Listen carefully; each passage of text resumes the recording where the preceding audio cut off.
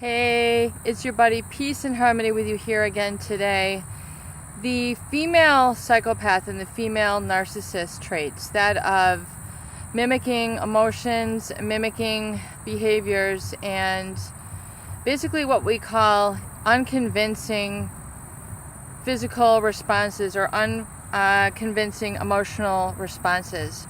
So what you start to see based on their lack of emotional processing and emotional literacy, which relates to having a conscience, having an empathy, having a heart for people, since they're completely devoid, since they're completely lacking here, since they have no substance that makes, a human uniquely human, they're devoid of that. They're operating basically without that.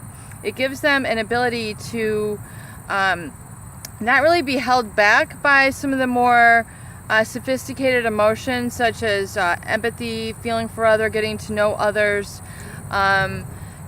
contending with moral issues, feeling a sense of right or wrong, being able to kind of process things, think of things through, and have an emotional development in relationships, that kind of what we would call maybe emotional growth or emotional substance.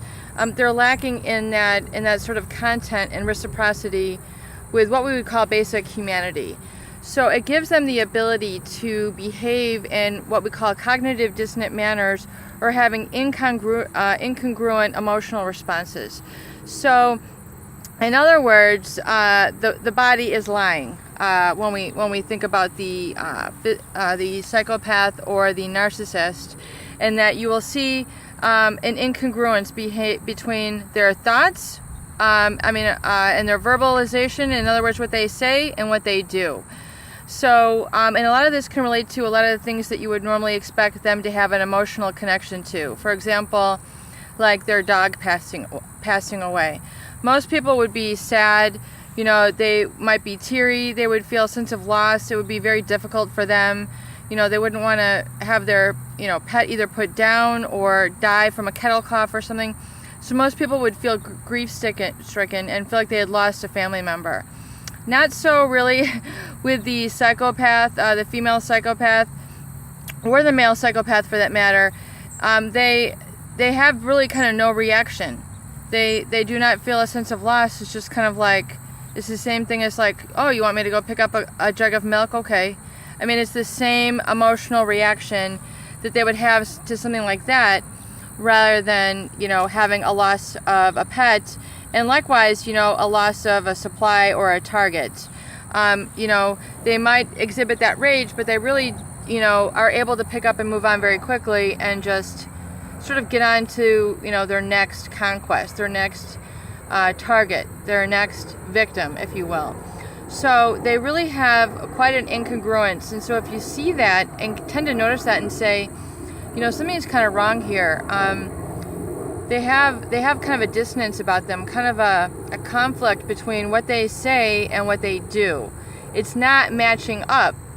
Something is not matching up here, and so that's your first probably awareness and clue into the presence of a female psychopath or a female narcissist.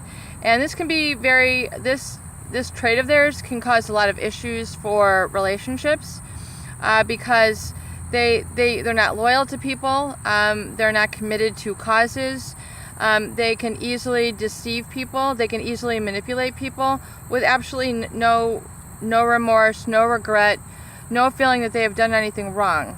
So imagine that, if you would like to, have that type of person in a relationship, and what that would basically mean for you, if you don't want to be used, mistreated, miscommunicated with, and treated basically coming from a very false sort of center, then, this is going to be knowledge and information for you as to why it's so important for you to let go of the female psychopath or female narcissist in your life, because it's a calculated move, and they really don't have a loyalty or an emotional connection to really the items or people who are in their life.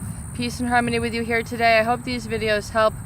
Please share and please subscribe for more great tools, videos, discussions, and support.